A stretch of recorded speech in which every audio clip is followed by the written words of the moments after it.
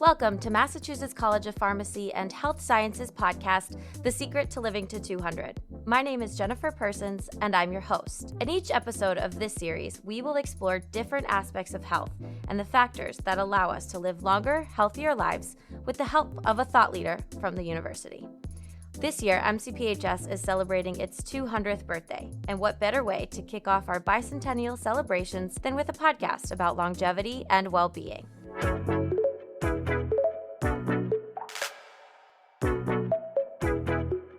Joining me today is Dr. Maria Broderick. She is the Director of Clinical Education for the New England School of Acupuncture, which is part of MCPHS Worcester. Welcome. Thank you, Jennifer. I'm really glad to be here. We're so excited to have you. Before we dive into our conversation, we're going to start with an icebreaker. So my question for you is, if you had a time machine and could travel 200 years into the past or 200 years into the future, which would you pick and why? Oh, I would pick 200 years into the future, and I would do so because I have a lot of optimism about the direction healthcare is taking. And I believe that actually our topic today of integrative health is, in fact, the future of healthcare. And that 200 years from today, we will see people receiving comprehensive preventative care. We'll see disciplines like my own, acupuncture and herbal medicine, available to people across our country and the nation. And that we will have a healthcare system that is gentle, effective, cost-effective, and comprehensive throughout the lifespan. I really appreciate your optimistic outlook, so I'm excited to get into the bulk of our conversation. So to start, could you tell us about your career path and what led you to integrative health? Yes, so I have an atypical career path, which is probably true of many acupuncturists. I grew up outside of Albany, New York, and I grew up with a dad who was chronically ill, so that probably motivated my direction to eventually move into healthcare.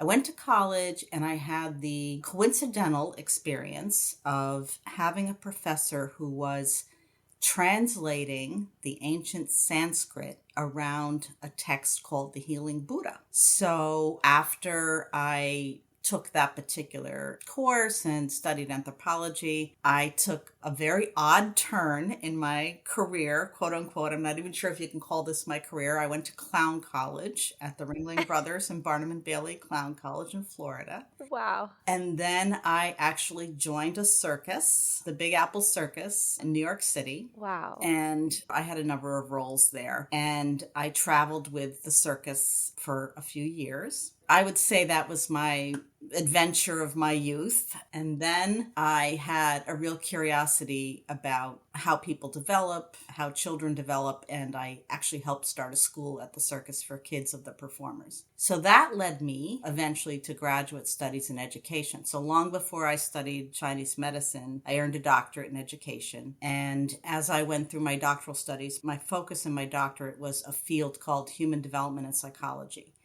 And that, believe it or not, led me to a dissertation looking at how meditation influences people's recovery from chronic illness. So that was in the 1980s. I got started on that dissertation, and then now we live in a world where meditation is viewed as just another technique for people to take good care of themselves. But back then, it was viewed as a very unusual thing. Yeah. So that kind of started my interest in working with people who had an integrative approach to health and wellness. And then after I finished my doctorate, I worked in my field, which was developmental psychology, for a number of years. And ultimately, I had an interest in working with kids, and I really wanted to work with kids in a way that was integrative and directly clinical.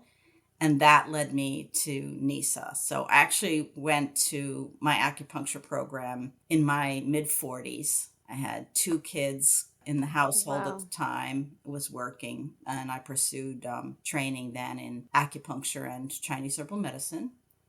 And between then and now, I opened a practice. I joined the team at Boston Medical Center in pediatric acupuncture. And Wow. for a period of time, I was also the director of integrative medicine at Boston Medical Center, where I brought a whole range of services to the patients, across every department. We offered yoga and tai chi and massage and meditation and acupuncture. And then ultimately, I had been working as an adjunct faculty for NISA since 2010. And then in 2017, I became full-time faculty and the director of clinical education. So that's the whole story in a nutshell. That is quite the story.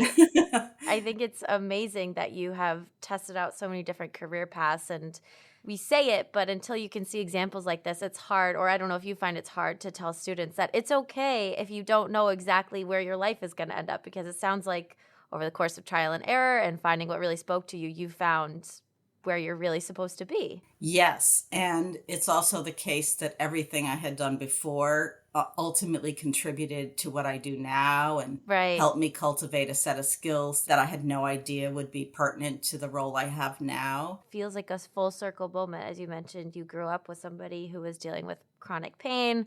And so you've kind of completed that circle, which I think is wonderful. I think most students you talk to at MCPHS have a version of that story. And I love talking to my students about their origin story, so to speak. How did you get here and where are you going? It's a really interesting conversation. Absolutely. So we've mentioned chronic pain and stress, but for those who are unfamiliar, can you just talk about some of the main reasons that a patient might choose to pursue acupuncture or Chinese herbal medicine as part of their treatment? Yes. So let's go back to those two core reasons, because I think most people, when they think of acupuncture, do think of it as a remedy for pain and stress. And acupuncture and Chinese herbal medicine are part of a system of healthcare, which we call traditional Chinese medicine. And that system encompasses other modalities as well, forms of massage, cupping, other kinds of techniques that we use. And altogether, acupuncture herbs and those other techniques are a system that fully addresses a wide range of health concerns. So why most people would probably go to an acupuncturist for pain or stress, they could stay with the acupuncturist to work on their gastrointestinal issues or their hypertension or, women with fertility issues or even with kids, which is my focus in pediatrics, to support their development and well-being. Mm-hmm. So it's a comprehensive system of care, and the combination of all its different modalities can treat a very wide range of health concerns. I want to talk more about your work with children. I think that's very interesting. So about what time frame were you working with pediatrics at Boston Medical Center? Very fortunately, my time at NISA coincided with the development of its first pediatric acupuncture outplacement program, which was developed through funding on a project called the Healing Landscapes Project, which was devoted to bringing indigenous systems of healthcare into Western healthcare to help the immigrant families of Boston feel like their culture and their needs were being directly recognized. And so acupuncture came to BMC under that program, and I just happened to be in school at the time when the pediatric service was set up.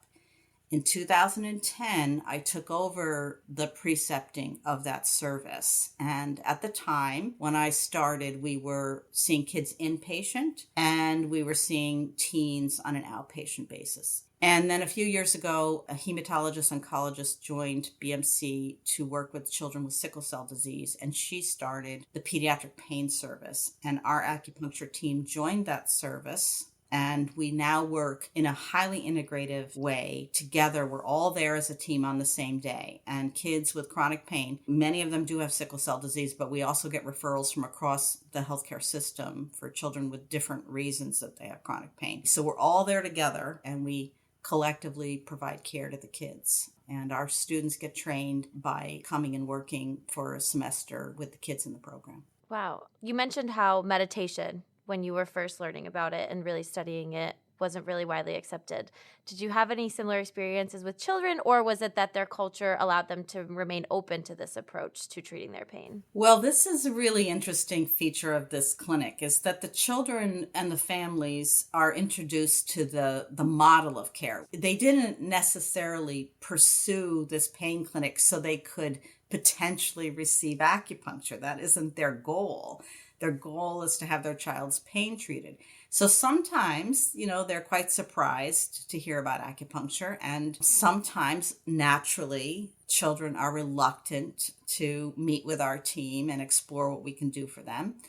But little kids don't actually receive needling. We have other acupressure and other techniques we can do. But actually, the tweens on up are often, once they understand what we're all about and how gentle we can be, they're willing to try it. And I would say 90% of the kids that do open their mind and try it then really get quite committed to it, because I don't know if you've ever had acupuncture, but it can be incredibly relaxing and the children really come to love it. So when you're talking to adults about acupuncture, do you kind of take the same approach? How are you trying to break down those barriers with adults, either in your practice or as you're teaching students? In general, if you're seeking acupuncture, you made the choice as an adult to go find an acupuncturist or come to our treatment center in Worcester, at least some part of you is willing to explore it as a possibility for you. Sure. That said, we say to people that, your body has its own healing potential, and acupuncture is almost like,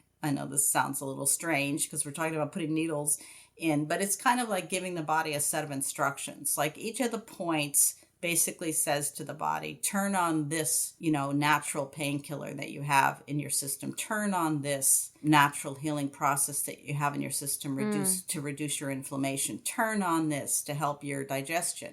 That's kind of what it is. Integrative health has made great strides, obviously, especially over the course of your career.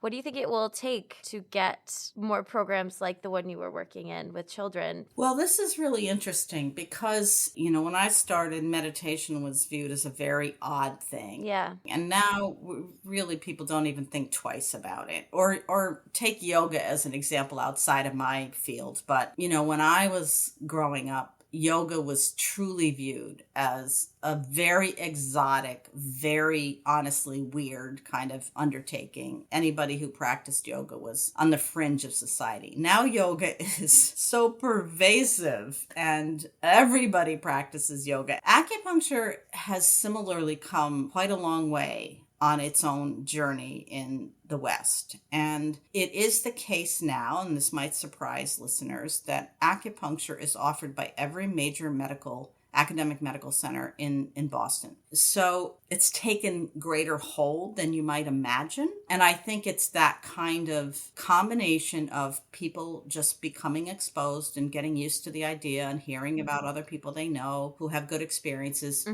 in combination with evidence-based research growing and major institutions committing to acupuncture as part of their whole health system.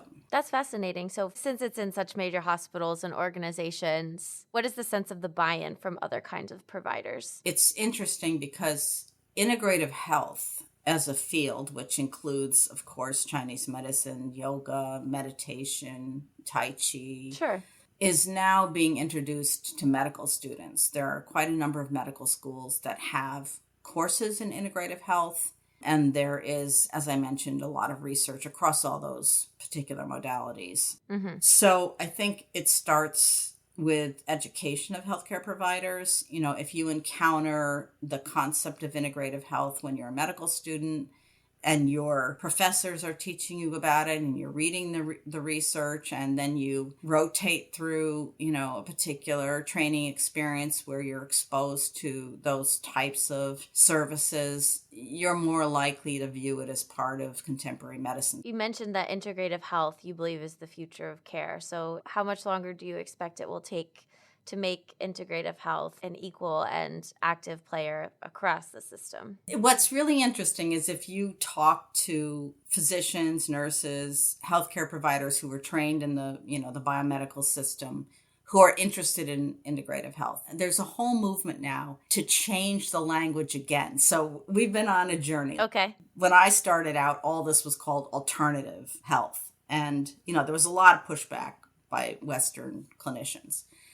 And then, in a slightly more respectful manner, it started being called complementary and alternative health. And then this idea of integrative health came in. And that was yet another kind of nod to the developing evidence base and the demonstration that these different systems of care required rigorous training and, got real positive effects for patients. So now the whole thing is called integrative health. But there is a little bit of a group of people, and it's made up of physicians and nurses and a consortium of academic health and medicine that are now saying, look, this term really has to go. We have to just construe all of this as medicine, because medicine has many facets, and we all have gotten to the point where the evidence is strong enough. And I think to go back to meditation, that's really now the foreground of integrative care. It has moved from this fringe activity into the absolute center of medicine. And doctors don't push back on it anymore. In fact, if they push back on it, they're viewed as a little bit naive about the literature. They haven't read the evidence base because the evidence base is so solid. So now we don't think of that so much as integrative medicine. We just think of it as, this is another tool in our kit for taking care of people. And, the economic side of healthcare says that we need to find ways of self-care that we can introduce to our patients that are, low cost and accessible, that we know make a difference. Maria, thank you so much for this conversation. I hope that, especially for people who are considering starting a meditation practice or seeking acupuncture, I hope maybe this will push them over the edge to try it out. Me too. Thank you so much. We've come to the part of our show called Red's Rapid Fire.